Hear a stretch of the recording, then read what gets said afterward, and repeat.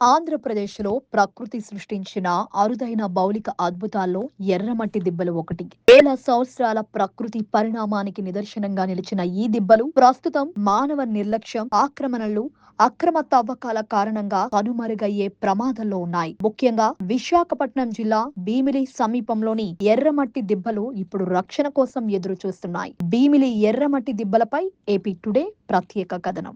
ఆంధ్రప్రదేశ్‌లో ప్రధానంగా ఉత్తరాంధ్ర తీర ప్రాంతాల్లో ఎర్రమట్టి దిబ్బలు కనిపిస్తాయి. ముఖ్యంగా భీమినిపట్నం పరిసర ప్రాంతాలు, విశాఖ నుంచి భీమిలి తీర మార్గం వెంట ఆనందపురం, తగరపు వలస పరిసర ప్రాంతాలు, శ్రీకాకుళం తీర ప్రాంతాల్లో కూడా చిన్న చిన్న ఎర్రమట్టి నిర్మాణాలు కనిపిస్తాయి. అయితే భీమిని సమీపంలోని ఎర్రమట్టి దిబ్బలే అత్యంత ప్రసిద్ధి చెంది శాస్త్రీయంగా గుర్తింపు పొందాయి. అసలు ఎర్రమట్టి దిబ్బల ప్రత్యేకత గురించి చెప్పాలంటే భూమిపై లక్షల ఏళ్ల క్రితం జరిగిన వాతావరణ మార్పులు, సముద్ర అలల ప్రభావం, గాలుల దిశ మార్పుల వల్ల ఈ ఎర్రమట్టి దిబ్బలు ఏర్పడ్డాయని భూగర్భ శాస్త్రవేత్తలు చెప్తున్నారు. వీటి వయస్సు సుమారు 12,000 నుండి 20,000 సంవత్సరాల వరకు ఉంటుందని అంచనా.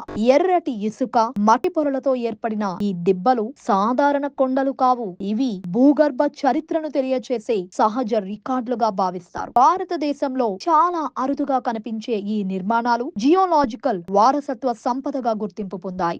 భీమిని ఎర్రమట్టి దిబ్బల చరిత్ర విషయానికొస్తే భీమినిపట్నం ప్రాంతం చారిత్రకంగా డచ్ కాలనీగా ప్రసిద్ధి చెందింది. సముద్ర తీరానికి సమీపంలో ఉన్న ఈ ఎర్రమట్టి దిబ్బలు శతాబ్దాలుగా అక్కడి భౌగోళిక వైవిధ్యానికి ప్రతీకగా నిలిచాయి. గతంలో ఈ ప్రాంతం పూర్తిగా సహజ వాతావరణంతో ఉండేది. కానీ కాలక్రమేణా నగరం అభివృద్ధి చెందడం, రియల్ ఎస్టేట్ విస్తరణ, రోడ్లు, రిసార్ట్ల నిర్మాణం కారణంగా ఎర్రమట్టి దిబ్బల విస్తీర్ణం క్రమంగా తగ్గిపోయింది. ప్రస్తుతం ఎర్రమట్టి దిబ్బలకు అనేక ముప్పులు పొంచి ఉంది. అక్రమ మట్టి తవ్వకాలు, రియల్ ఎస్టేట్ ఆక్రమణలు, ప్లాస్టిక్, చెత్త కాలుష్యం, రోడ్ల నిర్మాణం, పర్యాటకుల నిర్లక్ష్యం, సహజ వర్షాలు, గాలి కారణంగా ఇక్కడ ఎర్రమట్టి దిబ్బలు క్షీణతకు గురవుతున్నాయి. ఒకప్పుడు విశాలంగా కనిపించిన దిబ్బలు ఇప్పుడు చాలా వరకు కుదించుకుపోయాయని స్థానికులు చెప్తున్నారు. పర్యావరణ ప్రేమికులు, భూగర్భ శాస్త్రవేత్తలు ఈ ప్రాంతాన్ని పూర్తి స్థాయి సంరక్షిత జియో హెరిటేజ్ జోన్ గా ప్రకటించాలని ప్రభుత్వాన్ని కోరుతున్నారు. సరైన రక్షణ చర్యలు తీసుకోకపోతే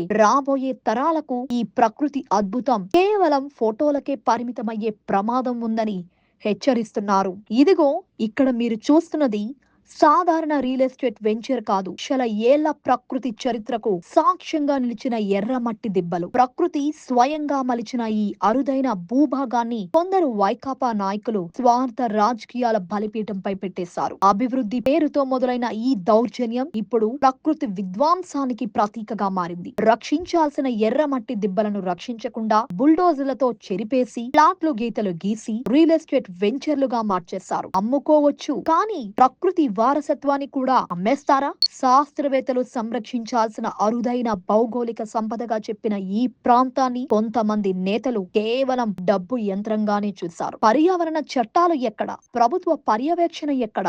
అధికారులు చూస్తూ ఊరుకున్నారా, లేక రాజకీయ ఒత్తిడికి తల వంచరా అన్న అనుమానాలు ఇప్పుడు ప్రజల్లో వ్యక్తమవుతున్నాయి. లేక రాజకీయ ఒత్తిడికి తల వంచారా అన్న అనుమానాలు ఇప్పుడు ప్రజల్లో వ్యక్తమవుతున్నాయి. ఒకప్పుడు ప్రకృతి అందాలకు ప్రతీకగా నిలిచిన ఎర్రమట్టి దిబ్బలు ఇప్పుడు రాజకీయ లోభానికి బలై కాంక్రీట్ మాఫియా కబంద హస్తాలలో చిక్కుకున్నాయి. ఇలాగే కొనసాగితే రాబోయే తరాలు ఎర్రమట్టి దిబ్బల గురించి పుస్తకాలలో మాత్రమే చదివే పరిస్థితి వస్తుంది. వేల సంవత్సరాల ప్రకృతి చరిత్రను మోస్తున్న ఎర్రమట్టి దిబ్బలు ఇప్పుడు మన కళ్ళ ముందే కరిగిపోతున్నాయి. అభివృద్ధి పేరుతో ప్రకృతి వారసత్వాన్ని కోల్పోతున్నామా? భీమిలి ఎర్రమట్టి దిబ్బలను రక్షించేందుకు ప్రభుత్వం ఎలాంటి చర్యలు తీసుకుంటుందో చూడాలి.